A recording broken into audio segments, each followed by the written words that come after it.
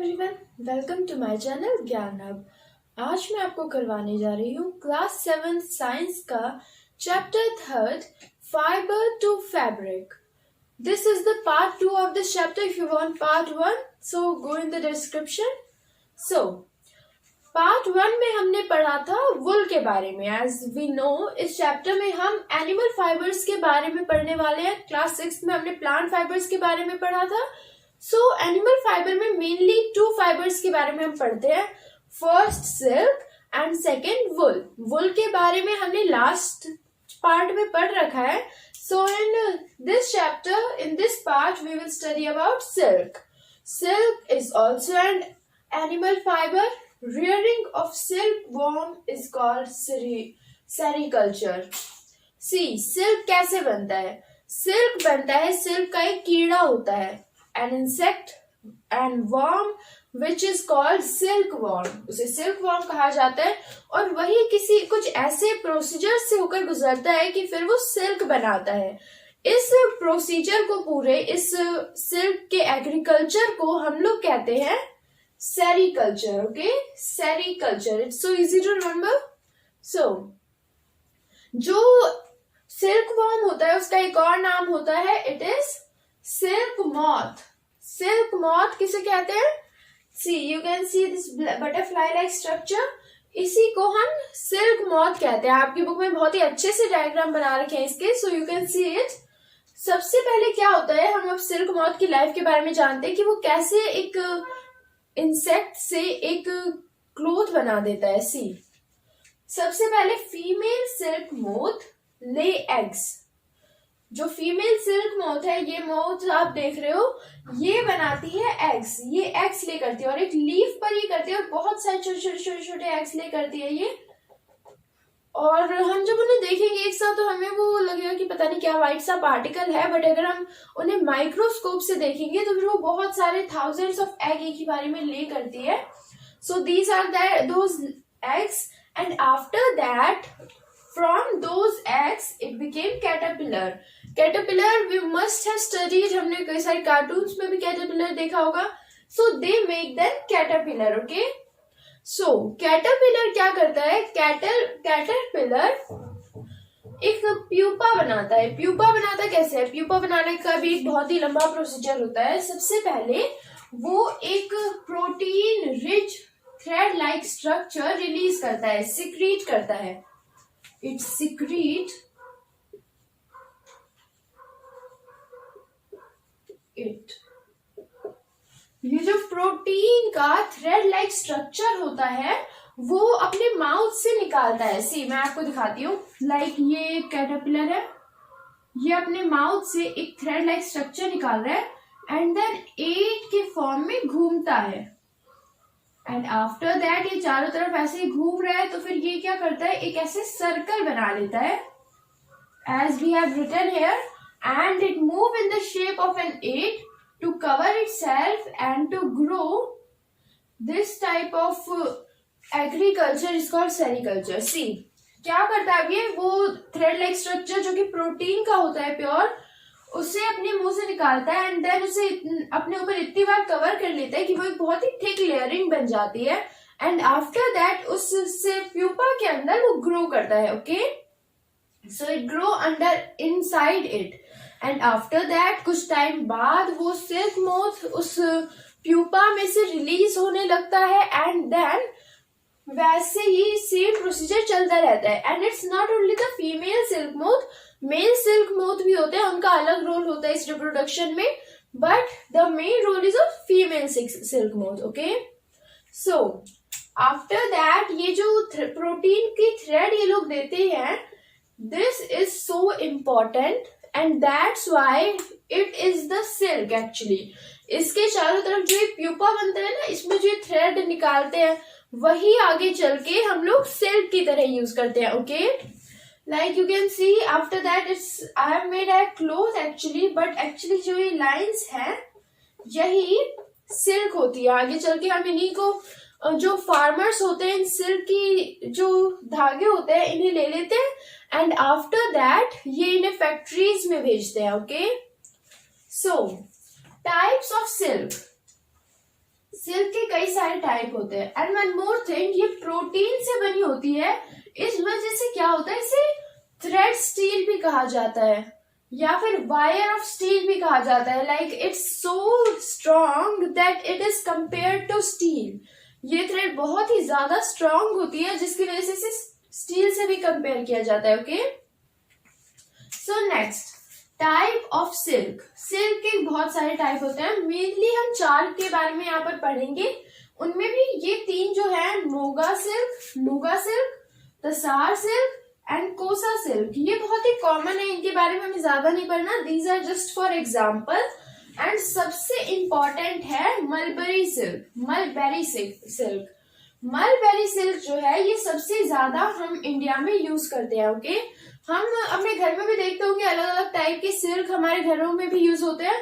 सो mulberry silk उनमें सबसे ज्यादा कॉमन होता है। Okay, and one of the biggest commercials, silk का जो एग्रीकल्चर है ये इंडिया में बहुत टाइम पुराना है और बहुत ही ज्यादा फेमस है। यहाँ इसमें कई सारे लोग एम्प्लॉयमेंट करते हैं इसमें। लाइक हमें लगता होगा कि इसमें इंसानों का क्या रोल है, बट इसमें बहुत सारे रोल होते हैं जिसके बारे में हम आगे इसी चैप्टर में पढ़ेंगे। So this was the life of silk moth. So next is from cocoon to silk. See, हमने लास्ट तक पढ़ा कि नेचुरली एक सिल्क का जो इंसेक्ट होता है वो कैसे कुकून में टर्न होता है, एक सिल्क मोथ कैसे कुकून बनता है। बट अब हम पढ़ेंगे कि वो कुकून कैसे सिल्क बनता है और उसके अंदर कमर्शियल पार्ट जो है, अब हम कमर्शियल पार्ट पढ़ने वाले हैं। सो रियरिंग सिल्क वॉर्म, सबसे पहले हम क्या करते हैं, laid eggs are sold to farmers on paper. जो अंडे दिए होते हैं, जैसा कि हमने पढ़ा, जो एग्स ले किए होते हैं सिल्क मोथ ने लीव्स के ऊपर, वो एग्स क्या होते हैं, वो एग्स सेल किए जाते हैं मार्केट में on paper. They are sold on strong paper and on wood and on leaves.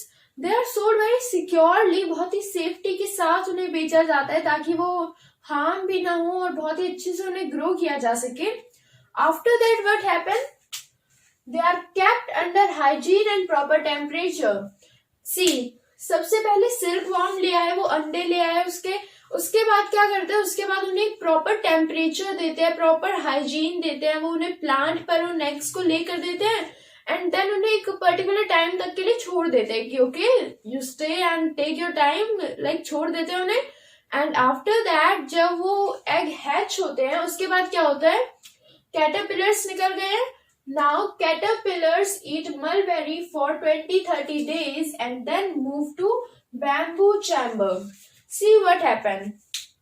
I told you कि सबसे ज्यादा जो इंडिया में यूज करे जाने वाला सिल्क है वो है मलबेरी।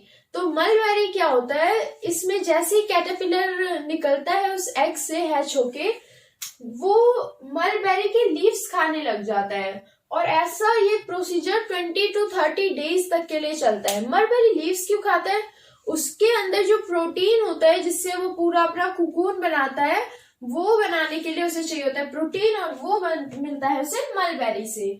और ये प्रोसीजर चलता रहता है 25 से 30 दिनों तक। आफ्टर दैट क्या होता है, वो रुक जाता है and then move to bamboo chamber.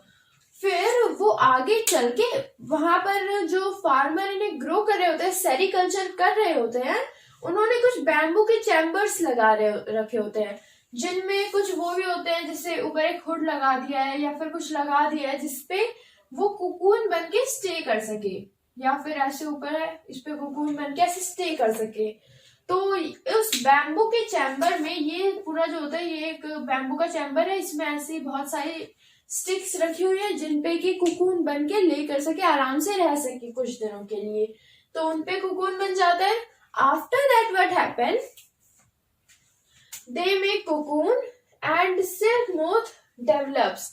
Cocoon बनता है और कुकून के अंदर वो सिल्क मोथ डेवलप होने लगता है।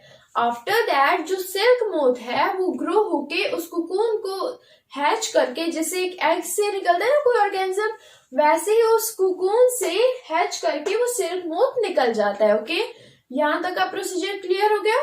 आफ्टर दैट प्रोसेसिंग सिल्क, उसके बाद सिल्क को प्रोसेस किया जाता है कैसे? सी, हमारे पास कुकून है, अब उसमें हर धागा वही हो, हर धागा सिल्क हो, ऐसा तो कंफर्म नहीं है, या फिर हो सकता है कि उसमें कोई दूसरे पार्टिकल्स हो, गंदगी हो। तो इसके लिए क्या किया जाता है, और वो आपस में बहुत ज्यादा स्ट्रांगली अटैच भी होता है, उन्हें अलग अलग कैसे करें? इसमें हो सकता है किसी के हाथ कट जाए, कोई प्रॉब्लम हो जाए, तो इसके लिए सिंपली लोगों ने तरीका निकाला, क्या? कुकून आर बॉइल्ड और heated to get fibre silk.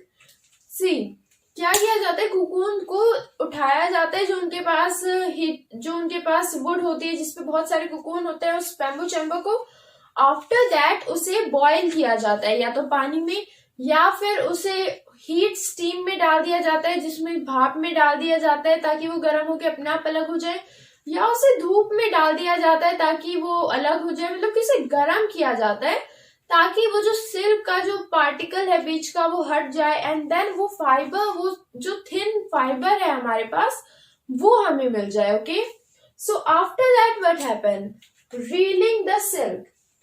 इसके बाद सिल्क की रीलिंग की जाती है। रीलिंग कैसे की जाती है? ये मशीन से की जाती है। Separate the silk from cocoon.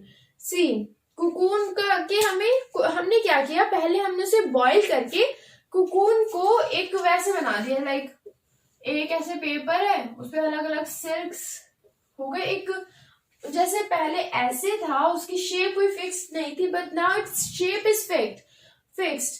पर नाउ अब हमें चाहिए कि वो सिल्क जो है वो अलग अलग थ्रेड्स में हो, अलग अलग यार्न में हो। मैंने आपको बताया था यार्न क्या होता है। Yarn are the smallest fibre which is made of so many fibres connected. जब बहुत सारे छोटे छोटे फाइबर्स को हम एक साथ कनेक्ट करके एक थ्रेड बनाते हैं तो वो होता है यार्न। ओके, तो अब हमें वो यार्न में चाहिए, तो हम क्या करते हैं, हम ये मशीन से करते हैं। इससे हम सिल्क से कुकून को भी अलग कर देते हैं और फिर इसे वीव भी कर देते हैं। और अभी भी इसमें मेनली जो सिल्क के क्लोथ बनते हैं वो यूजुअली वीवर्स बनाते हैं। वीवर्स कौन होते हैं? जो कि कपड़ों को बुनते हैं, सीलते हैं। आजकल ये मशीन से भी होने लगा है, बट यूजुअली लोग जो ज्यादा अच्छी क्वालिटी का सिल्क चाहते हैं वो वीवर्स से करवाते हैं, हाथ की बुनाई वाले सिल्क। ओके, सो नेक्स्ट हम जानेंगे कि सिल्क कहाँ पर फर्स्ट इंट्रोड्यूस हुआ था। Silk was first introduced in China. Silk के बारे में आप बहुत ज्यादा एसएसटी में भी पढ़ने वाले हो। सिल्क सबसे पहले चाइना में उगाया गया था, चाइना में बनाया गया था। इसके पीछे एक स्टोरी है आपकी बुक में, एनसीईआरटी में। अकॉर्डिंग टू दैट, जब चाइना में एक बहुत ही बड़े एम्परर थे, उनके यहाँ पर जो मलबेरी की लीव्स थी, mulberry I told you, mulberry की जो लीव्स थी वो खराब होने लग गई। तो फिर उन्होंने अपने जो दरबारी थे, जो कोर्टर्स थे, उनसे पूछा कि ऐसा क्यों हो रहा है, मलबेरी की लीव्स क्यों खराब हो रही हैं। तो फिर उन्होंने उसे ऑब्जर्व किया तो पता चला कि वहां पर कुछ कैटरपिलर्स हैं जो कि उसे खा रहे हैं। आफ्टर दैट ही नोटिस्ड कि वहां पर कुकून भी है। फिर क्या होता है, एक्सीडेंटली एक कुकून गर्म पानी या फिर चाय में गिर जाता है। आफ्टर दैट वो अलग अलग हो जाते हैं और उससे थिन थिन फाइबर निकलने लगती है। तो जो किंग के लोग होते हैं वो बहुत ही हैरान हो जाते हैं कि what is this, how can this be. और वो बहुत ही शाइनी मटेरियल होता है, वाइट होता है और बहुत ही अट्रैक्टिव होता है। तो वो लोग उसे निकालते हैं एंड देन वो उससे जब कोई भी चीज बनाने की कोशिश करते हैं, कुछ कपड़े बनाने की कोशिश करते हैं, देन दे सक्सीड। तो इसके बाद क्या होता है, चाइना में ये चीज फैल जाती है, लेकिन स्टिल ये कुछ व्यूअर्स तक ही सीमित रह जाती है। ये ना आम जनता को बताई जाती है, ना ही ये कहीं और किसी दूसरे देश को बताई जाती है। बहुत ही लंबे समय तक एक सीक्रेट प्रोसेस रहा है चाइना का। After that what happened, China के जो टूरिस्ट थे, ट्रेडर्स थे, वो अलग अलग कंट्रीज में जाने लगे अपनी इन सिल्क की जो चीजें हैं इन्हें बेचने के लिए। Because they really know that in China it is very low costly, but in other countries it is more and more valuable. See, जो चीज जहां पर होती है उसकी वैल्यू वहां पर बिल्कुल नहीं होती। Just as that, सिल्क की वैल्यू चाइना में बहुत ज्यादा कम हो चुकी थी। लाइक हर कोई उगाने लगा था, हर किसी को पता चल चुका था इसका प्रोसीजर। तो उन्होंने सोचा क्यों ना इसे ऐसी जगह पर बेचा जाए जहां पर इसके बारे में किसी को पता ही नहीं है। So they sold it in countries like India, Arab, and other countries like Afghanistan.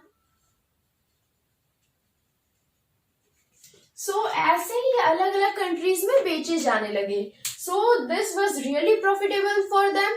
तो इसके बाद फिर इन कंट्रीज ने भी उन्हें उगाने की कोशिश की. And so this was the chapter 3rd of class 7th, fiber to fabric.